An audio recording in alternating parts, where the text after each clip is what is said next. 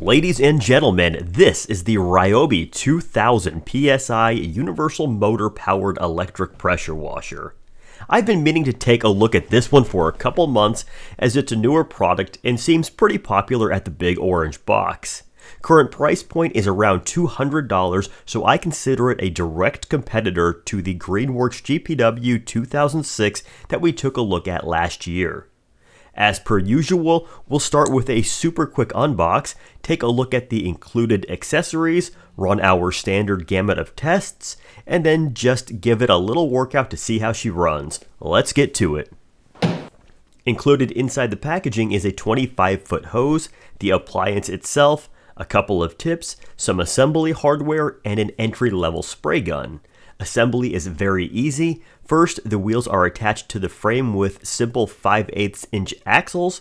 Then these are held in place with a locking cotter pin. The telescoping handle slips into the back of the unit and is secured by two coarse threaded screws.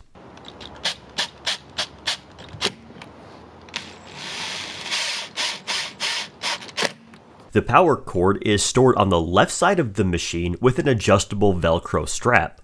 Unfortunately, the minimum length means it's not a particularly secure connection. It's the same story over on the right when it comes to the high pressure hose. The unit does not have a convenient place to store the assembled spray gun like many other units.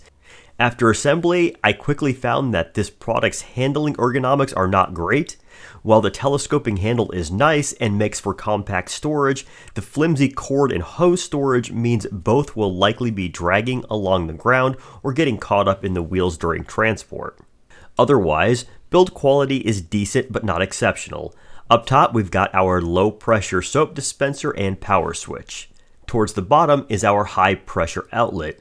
I'm happy to see brass fittings here. Looking at the rear of the unit, and we get a glimpse of the low pressure water inlet. Like the one on the front, it's brass. We also get a sense of just how clustery this pressure washer's storage arrangement is. Before moving on, we should take a minute to talk about this unit's warranty. Ryobi offers 3 years, which theoretically is industry leading. However, if we dig into the fine print, we see a pretty gnarly detail. The product, including any defective part, must be returned to a Ryobi authorized service center within the warranty period. The expense of delivering the product to the service center for warranty work and the expense of returning it back to the owner after repair or replacement will be paid by the owner. To be fair, most manufacturers charge for shipping both directions, so I'm not singling this company out. Ryobi does list many Home Depot locations as service centers, but they also make sure to disclaim that many tools cannot be serviced there. Before actually running the unit, I always like to install some quick disconnect fittings on all high pressure connections. I purchased this set from Amazon as they were far cheaper than what the big boxes offered. I'll place a link below. It's an associate link for which the channel will earn a small commission. Use is greatly appreciated. If you're wondering why one might do this, it's because they make setup and breakdown a very quick task. Furthermore, they make switching guns mid-job very easy. The hose Ryobi includes with this unit is adequate, but a notch below what greenworks supplies at this price point. This one is relatively stiff, and unless it's been sitting in the sun for a while, really likes to hold its shape. Firing it up for the first time, and we first need to purge the lines of air. This usually just takes a couple of seconds. Hook everything up and pull the trigger before turning on the machine. Do this and you should be good to go.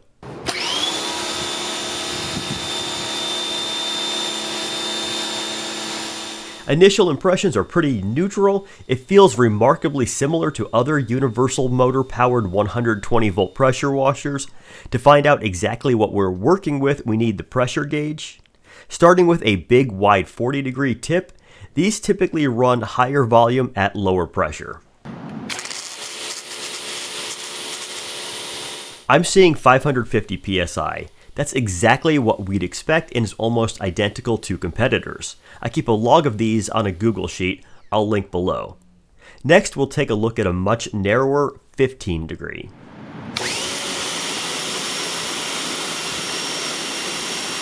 Now we've got 1700 PSI, which is about what we'd expect.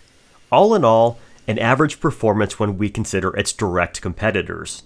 As I've mentioned in other videos, we're more limited by the amount of power available in a standard residential outlet than anything. A 120 volt pressure washer can only draw so much current. Our amperage meter is reading 13.45 amps as the machine settles in.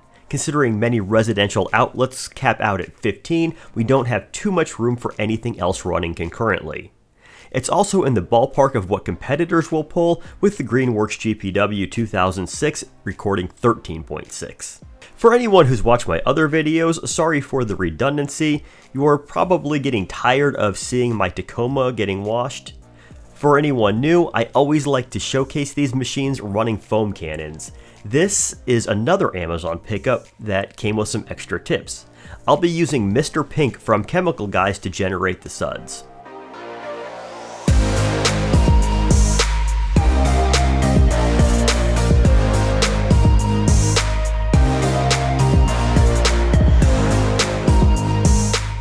And it's an okay performance. We've got foam, but it's kind of wet and soupy and doesn't cling all that well. That said, it's no better or worse than other universal motor powered pressure washers, but is noticeably inferior to more expensive brushless units. After dousing the vehicle with suds, I then go for a high pressure rinse. Here I like to use a 25-degree tip, which is not included with this product. It's my favorite size as it kind of goes with everything. Powerful enough for concrete, yet gentle enough for soft wood.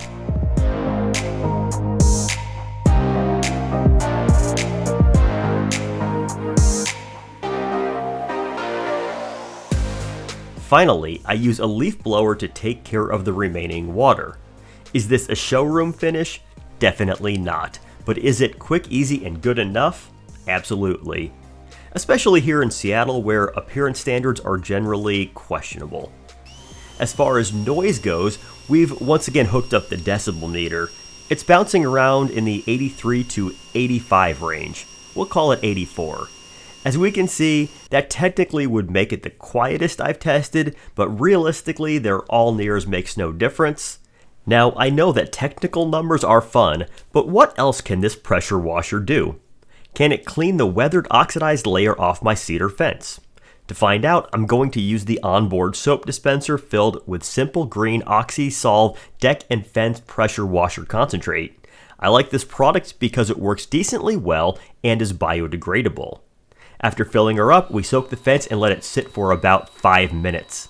I personally give it another shot or two over this time to prevent it from drying out.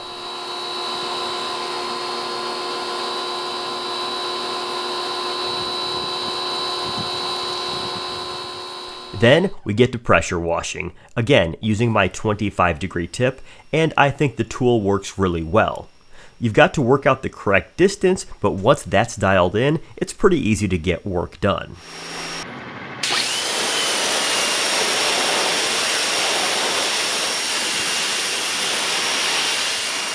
What else? Can we remove this dandelion? Yes we can. But what about a gross job? Here is my neglected shower. Feel free to judge. Can we use the Ryobi 2K PSI unit to take the elbow grease out of this one?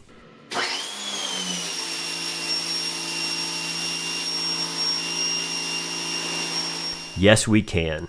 It's also pretty satisfying. I get to use a power tool and get credit from the girlfriend for doing a chore that both of us hate. After we're all done, it looks pretty good. Overall, I think this is a decent unit that performed everything I asked of it. That said, at the same price point, I think the Greenworks GPW 2006 is the better buy. The two units are equal in power, but the Greenworks simply comes with higher quality accessories and, despite being physically larger, has much better onboard storage. And that's all I've got for you today. Any questions, drop them below and I'll try to get them answered. Okay, take care.